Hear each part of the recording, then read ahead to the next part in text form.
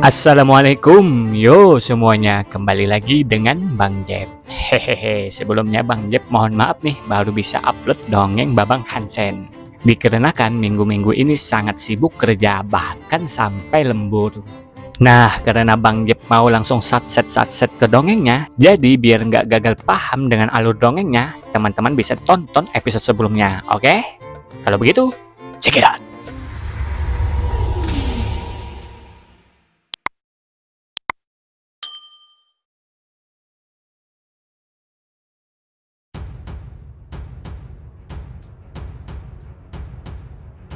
Di sekolah militer Elang Hitam, saudara Kang menanyai Sen tentang kemana dia akan berencana pergi setelah lulus sekolah nanti. Mendengar pertanyaan dari saudara Kang, Sen hanya menjawab bahwa dirinya akan menyerahkan semuanya pada Ai. Meskipun sebenarnya Sen sangat ingin bekerja di kapal perang yang ada Jianrannya, tapi Sen juga tidak tahu di kapal perang mana Jianran bekerja. Sen pun juga tidak berencana untuk berkarir di militer, jadi kemanapun tidak masalah, asalkan tidak dikirim di garis depan dan menjadi umpan. Setelah waktunya tiba, Sen pun memeriksa kemana dia akan ditugaskan. Tapi tiba-tiba Meng Meng datang dengan muka merasa bersalahnya, lalu meminta maaf kepada Abang Sen. Karena Meng Meng dengan koneksinya membuat Abang Sen ditugaskan ke pasukan robot perang, di mana Meng Meng juga ditugaskan di situ. Karena itu, Meng Meng merasa bersalah tidak meminta izin terlebih dahulu kepada Abang Sen. Namun, karena Sen paham maksud dari Meng Meng, Sen hanya santai-santai saja menanggapinya. Bahkan, Sen menenangkan Meng Meng. Menurut Sen, Meng Meng tidak usah merasa bersalah. Ditugaskan di pasukan robot perang itu kemungkinan lebih bagus, ujar Sen sambil mencari-cari informasi. Setelah mendapatkan informasi dari Ai, Sen malah bingung. Informasinya sangat berbeda dengan apa yang disampaikan Meng Meng. Melihat itu, Meng Meng juga tak habis pikir, seharusnya Abang Sen ditugaskan di pasukan robot perang royal. Meng Meng lalu menghubungi seseorang untuk menanyakan tentang informasi yang menurut Meng Meng sangat berbeda ini. Sen pun terus membaca informasi dari Ai yang intinya Sen akan ditugaskan di rumah masak kapal perang. Meng Meng pun berujar koneksinya tidak bisa berbuat apa-apa, karena Abang Sen langsung ditugaskan oleh Ai pusat. Jadi menurut Meng Meng dia tidak bisa merubahnya kecuali mempunyai otoritas tertinggi.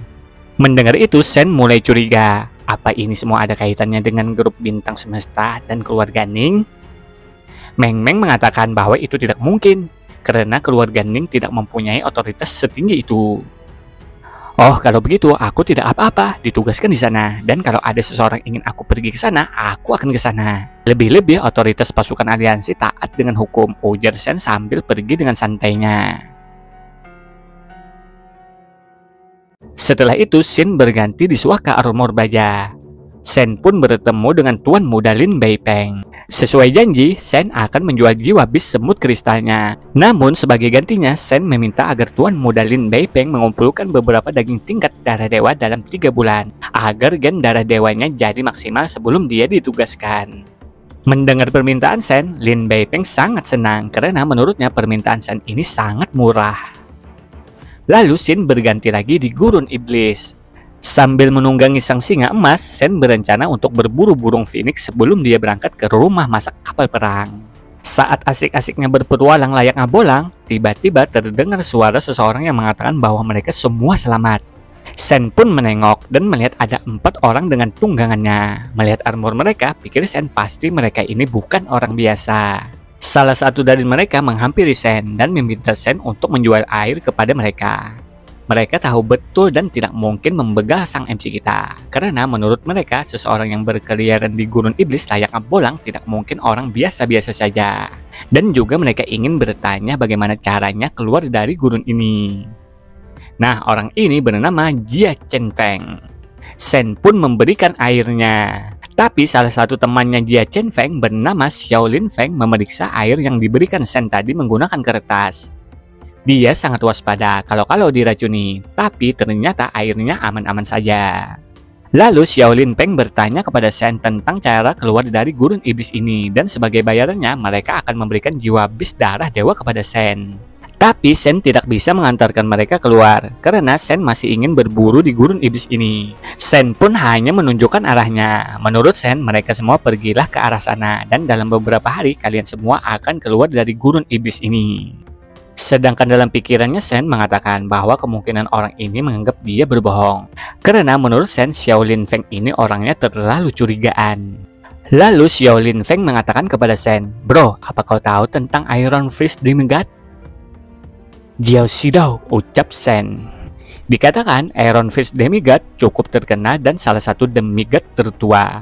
Rumor mengatakan keluarga Jia mewarisi seni bela dirinya dan hebat dalam keterampilan tinju besi. Oleh karena itu dia terkenal di aliansi. Lalu Xiaolin Feng memberitahukan bahwa Jia Chen Feng ini adalah cucunya Jiao Xidao. Inti dari pembicaraan mereka, kalau Sen mau membawa mereka keluar dari gurun ini, maka Sen akan dengan mudah masuk dalam grup Iron Fist dan bisa mempelajari teknik bela dirinya. Mendengar itu, pikir Sen jika sebelumnya mungkin dia akan mempertimbangkannya. Tapi setelah dia mendapatkan gulungan waktu itu, dia lebih tertarik mempelajari itu dan lebih senang menghabiskan waktu untuk mempelajari bahasa kuno. Jia Chen Feng yang melihat Sen tidak tertarik sama sekali langsung berujar bahwa dia akan menunjukkan tinju besinya dan Sen bisa belajar di perjalanan sambil menunjukkan jalannya. Mendengar itu, Sen hanya diam tanpa kata, karena Sen benar-benar tidak tertarik dengan tinju besi. Tapi menurut Sen, karena mereka ini tidak bermaksud jahat kepadanya, Sen pun mengikuti apa yang mereka inginkan saja.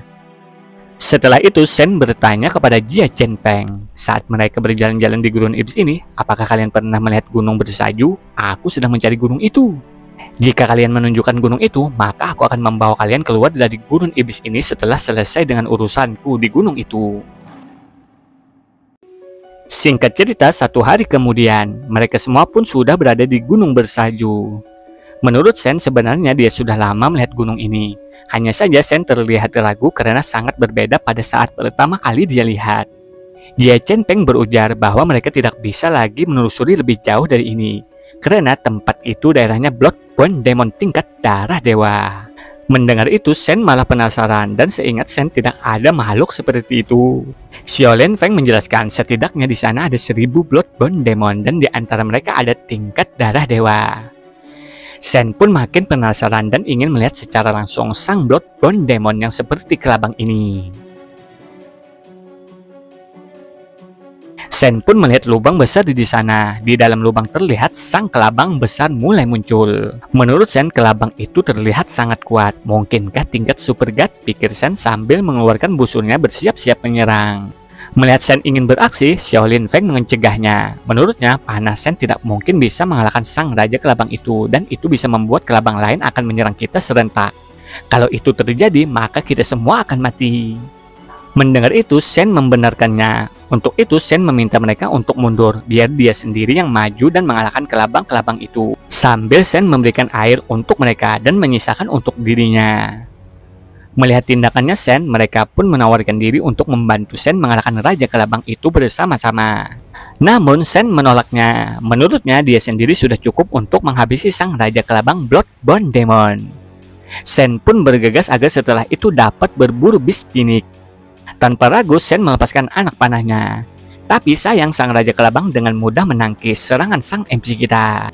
Sang raja kelabang langsung meraung dengan suara melengking, membuat kelompok Jia Chen Feng yang juga mendengar dari jarak yang sangat jauh menutup telinga mereka saking melengkingnya.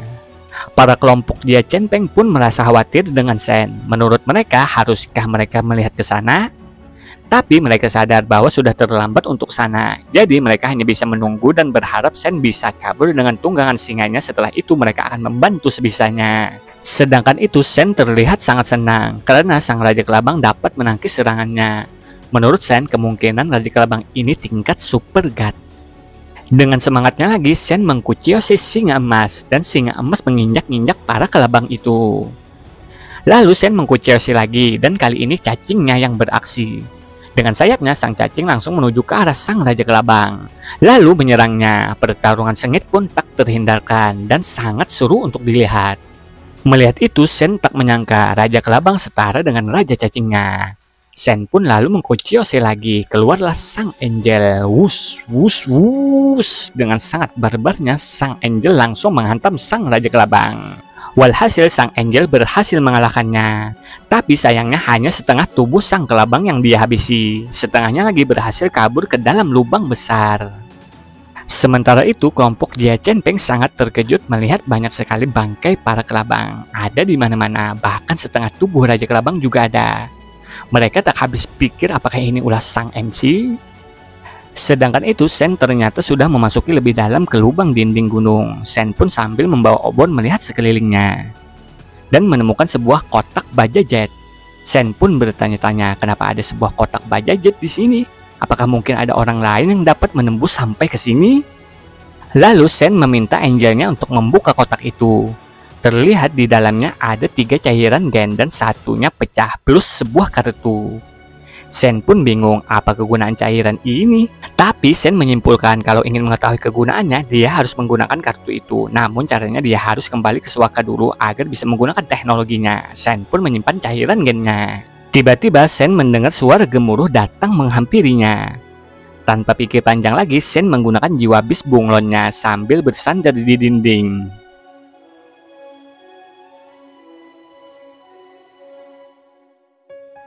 Terlihat ada seseorang dengan jubahnya menunggangi bis badak putih. Shen melihat pun kebingungan. Itu manusia apa bis? Dikatakan bis tapi seperti manusia. Dikatakan manusia tapi auranya seperti bis. Bahkan Raja Kelabang mengikutinya, pikir Shen yang melihat. Shen pun diam-diam mengikutinya. Singkat cerita, sampailah di sebuah tempat. Di sana orang itu sedang memasak sesuatu. Shen pun memperhatikan kegiatannya dan mencium aroma yang bikin ngiler. Orang itu pun siap melahap masakannya. Akhirnya orang itu menampakkan dirinya dan itu membuat sang MC kita terkejut melihatnya. Terlihat seseorang itu seperti gadis kecil dengan topeng tengkorak dan tanduk ungu kecil di kepalanya. Shen pun tak menyangka ada makhluk dari klan Sura di dalam gua ini. Kalian pasti ingat kan, dulu sang MC kita pernah melawan makhluk dari klan Sura bertanduk emas. Dikatakan klan Sura mempunyai tingkatan dan bisa dilihat dari tanduknya. Intinya yang bertanduk ungu adalah dari kerajaan atau bangsawan dan memiliki fisik tubuh sangat kuat. Bahkan walau masih kecil, fisiknya bisa mencapai 100. Makanya sang Raja Kelabang pun bisa tunduk dengan sang gadis Sura ini. Namun tiba-tiba entah mengapa si gadis Sura mengerang kesakitan dan membentur-benturkan kepalanya ke bebatuan tanah.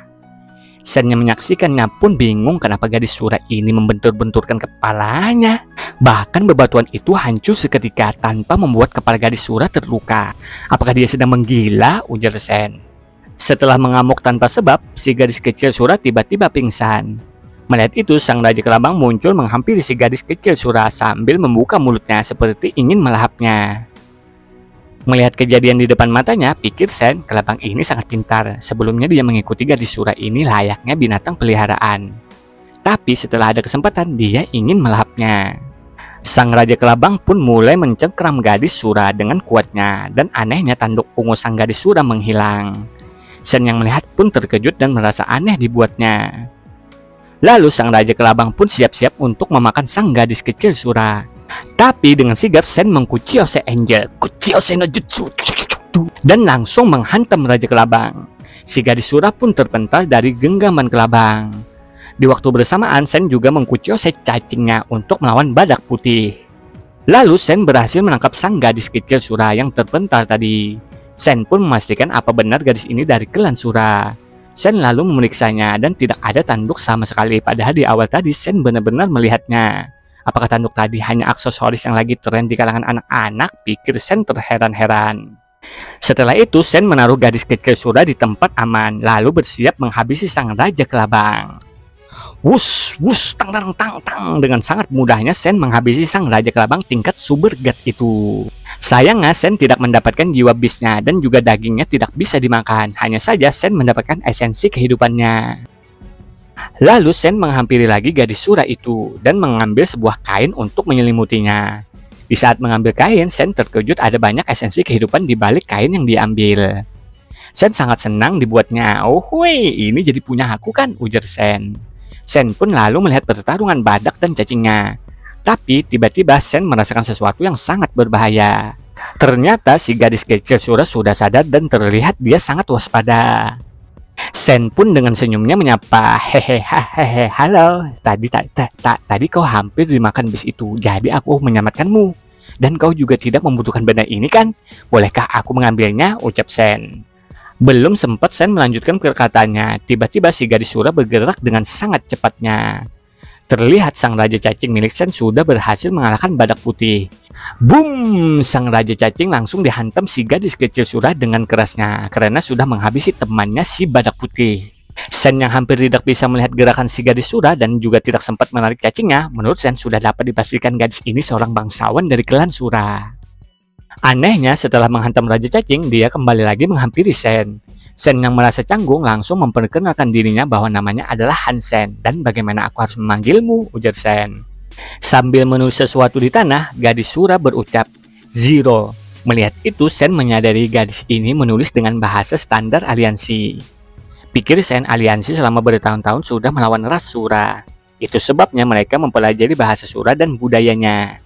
Sen menduga gadis ini adalah manusia bukan ras Sura. Gadis ini pun berucap dengan kakunya bahwa dia adalah teman bukan musuh. Mendengar itu Sen sangat senang dan menghampiri si Zero. Kita sebut saja dia Zero ya, biar lebih mudah. Sen pun mengatakan, bolehkah dia memiliki esensi kehidupan ini? Zero pun tidak menjawab dengan kata-kata, hanya saja dia mengangguk setuju. Dengan senangnya Sen langsung mengkuciosi Miao untuk menyimpan semua esensi kehidupan. Lalu Sen pun berterima kasih ke Zero sambil mulai pergi. Pikir Sen, memang benar si Zero ini tidak menyerangnya, tapi siapa tahu dia akan menggila lagi tanpa sebab. Sen pun menyadari bahwa Zero ini mengikutinya. Sesampainya di armor baja, tepatnya di rumah Sen, Sen pun tak habis pikir Zero ini tetap bisa mengikutinya, walau Sen sudah menggunakan berbagai cara agar bisa kabur tapi tetap tidak bisa. Zero yang lagi asik makan di rumah Sen ditanyai Sen mengapa Zero mengikutinya. Mendengar itu Zero langsung berhenti makan dan mulai melepas bajunya. Melihat itu Sen berujar, hei hentikan, aku bukan seorang pedofil. Walau kau itu cantik, hentikan, ucap Sen sambil menutup matanya menggunakan tangannya. Tapi Sen mulai mengintip dari selah jari-jarinya. Alangkah terkejutnya Sen melihat di punggung Zero ada sebuah tato merah yang berbentuk seperti kucing yang sangat familiar. Sen pun sadar tato itu sangat mirip dengan kalung atau liontin yang dia punya. Zero pun mendekati Sen dan memegang liontin Sen. Jadi karena ini ya kau mengikutiku, ungkap Sen. Zero pun tak menanggapi perkataan Sen dan malah kembali melahap makanannya. Sen pun dibuat pusing dengan tingkah laku Zero. Lalu Sen ingin pergi sambil mengungkapkan bahwa dirinya sebentar lagi akan dipromosikan menjadi Evolver dan tidak akan tinggal di Suaka Dewa pertama. Jadi kalau Zero ingin kembali, bertelepotlah sendiri. Singkat cerita, Sen berpetualang di Gurun Iblis. Namun menurut Sen, apakah dia sedang tidak beruntung? Selama dia diikuti Zero, tidak ada satupun bis darah dewa yang muncul. Tapi tiba-tiba sesosok bis muncul dan bis itu adalah sang burung pinik. Sen pun sangat senang dan langsung mengkuciosi Angel kesayangannya. Angel pun melesat dengan sangat cepat. Pertarungan udara yang sangat sengit pun tak bisa dihindarkan. Angel terus saja menghindari serangan api sang burung pinik. Melihat pertarungan yang seimbang, Sen pun melirik Zero. Sen ingin meminta bantuan Zero. Sen pun berucap, Zero, bisakah kau membantuku untuk mengalahkan burung itu? Tanpa pikir panjang, Zero langsung melompat melesat menghantam sang pinik yang lagi asik gelut dengan Angel. Setelah berhasil menghantam pinik, Zero mendarat lagi dan menghampiri Sen sambil memberikan sebuah batu roh api. Melihat itu, Sen sangat terkejut. Hah, apa-apaan ini? Kau ini monster ya? Tanpa pikir panjang lagi, Sen langsung menggunakan belatinya dan langsung menebas batu roh yang diberikan Zero tadi. Notifikasi pun memberitahukan bahwa Sen berhasil menghabisi sang burung pinik tingkat Super God. Dan Sen juga mendapatkan jiwa bisnya bertipe aura. Sen pun sangat senang dan juga poin gen Super God-nya sudah mencapai maksimal, bahkan lebih dahulu daripada poin gen darah dewanya. Sementara itu di kantor pusat pasukan khusus. Di sana ada John Jenhong sedang sibuk mengurus urusan yang begitu banyak. Tiba-tiba ada yang melapor bahwa direktur pasukan khusus ingin menukar jiwa bis dengan timnya, ujarnya. Hah, apa kau tidak lihat aku sedang sibuk? Kenapa harus mengurus urusan sepele ini? Ucap Jong kesal. Tapi anak buahnya menjelaskan bahwa Jong bisa melihat dulu daftar yang ditawarkannya. Jong yang awalnya masih kesal, namun setelah melihat daftarnya, dia pun berucap, kita harus memiliki semua jiwa yang ada di daftar ini. Jadi apa yang dia minta? Anak buahnya pun menuturkan bahwa dia meminta kuota agar adiknya dilindungi. Mulai dari saat dia memasuki Suaka Dewa kedua, lalu dia juga meminta agar dikirimkan 4 tipe jiwa bis yang berbeda kepada adiknya saat adiknya telah memasuki Suaka Dewa pertama sesegera mungkin. Mendengar itu, Jong Jin Hong langsung memerintahkan bahwa lakukan apa yang diinginkan orang yang bernama Hansen ini, lakukan sesegera mungkin. Setelah itu, Shin berganti di kolam evolusi. Di sana ada Shen yang tengah menenggelamkan dirinya di kolam evolusi. Menurut Shen, dirinya merasa terlahir kembali dan pantas saja banyak orang yang ingin berevolusi. Lalu notifikasi pun memberitahukan bahwa evolusinya berhasil. Umur 100 tahun ditambahkan. Tubuh subur pun didapatkan bernama Emperor Spirit. Shen pun sedikit terkejut dan baru pertama kali mendengar bahwa setelah berevolusi dia mendapatkan julukan dalam tubuh Emperor-nya. Padahal dalam informasi tidak ada hal yang demikian. Sesudah itu, Shen tengah berada di rumahnya, sedang memikirkan tentang kristal hitamnya. Kalau tidak, dia belum bisa mengetes kebugaran fisiknya di aliansi. Karena selama ini, Shen sangat bergantung kepada kristal hitamnya ini untuk meningkatkan gen dan mengevolusi bisnya. Akan sangat berbahaya kalau orang tahu ada metode seperti itu untuk menjadi kuat. Jadi karena Shen tidak dapat membawa benda yang ada di Suaka Dewa pertama ke tempat Suaka Dewa kedua kecuali dirinya dan jiwa bisnya, Shen pun berpikir keras bagaimana cara agar kristal hitamnya ini tidak terbuang sia-sia. Lalu Shen mulai memegang kristal hitamnya dan memandanginya. Hap! Shen pun menelan kristal hitamnya itu. Shen sudah bersiap dengan gawainya untuk menghubungi Qin Xuan kalau dia dalam bahaya saat menelan kristal hitam itu. Namun kekhawatiran Shen tidak terjadi, tidak ada gejala apapun saat Shen telah menelan kristal hitamnya, malah seperti dia menelan permen biasa saja. Lalu Shen ke tempat scanning tubuh untuk memastikan tubuhnya tidak ada hal-hal aneh. Dia pun sangat bingung dan merasa aneh, sudah men-scanning tubuhnya beberapa kali, Shen malah tidak menemukan di dalam tubuhnya kristal hitam yang telah dia telan tadi. Karena Shen merasa ada yang tidak beres, dia pun langsung memasuki lautan jiwa untuk memastikan. Dan benar saja terlihat pada jiwa bis milik Shen sedang melingkari sesuatu. Dan sesuatu itu ternyata kristal hitam yang telah Shen telan tadi. Shen pun sadar ternyata kristal hitam ini menjadi satu dengan pikirannya di lautan jiwa. Shen menduga apakah kristal ini juga dapat mengevolusi jiwa bis seperti halnya dapat mengevolusi bis yang masih hidup. Shen pun meminta jiwa bis serigala metal untuk mencobanya. Tapi tiba-tiba sang angel menerobos dan mengambil kristal hitam. Shen pun tak punya pilihan lain dan membiarkan sang angel mencobanya. Apakah dia akan berevolusi lagi melebihi super god?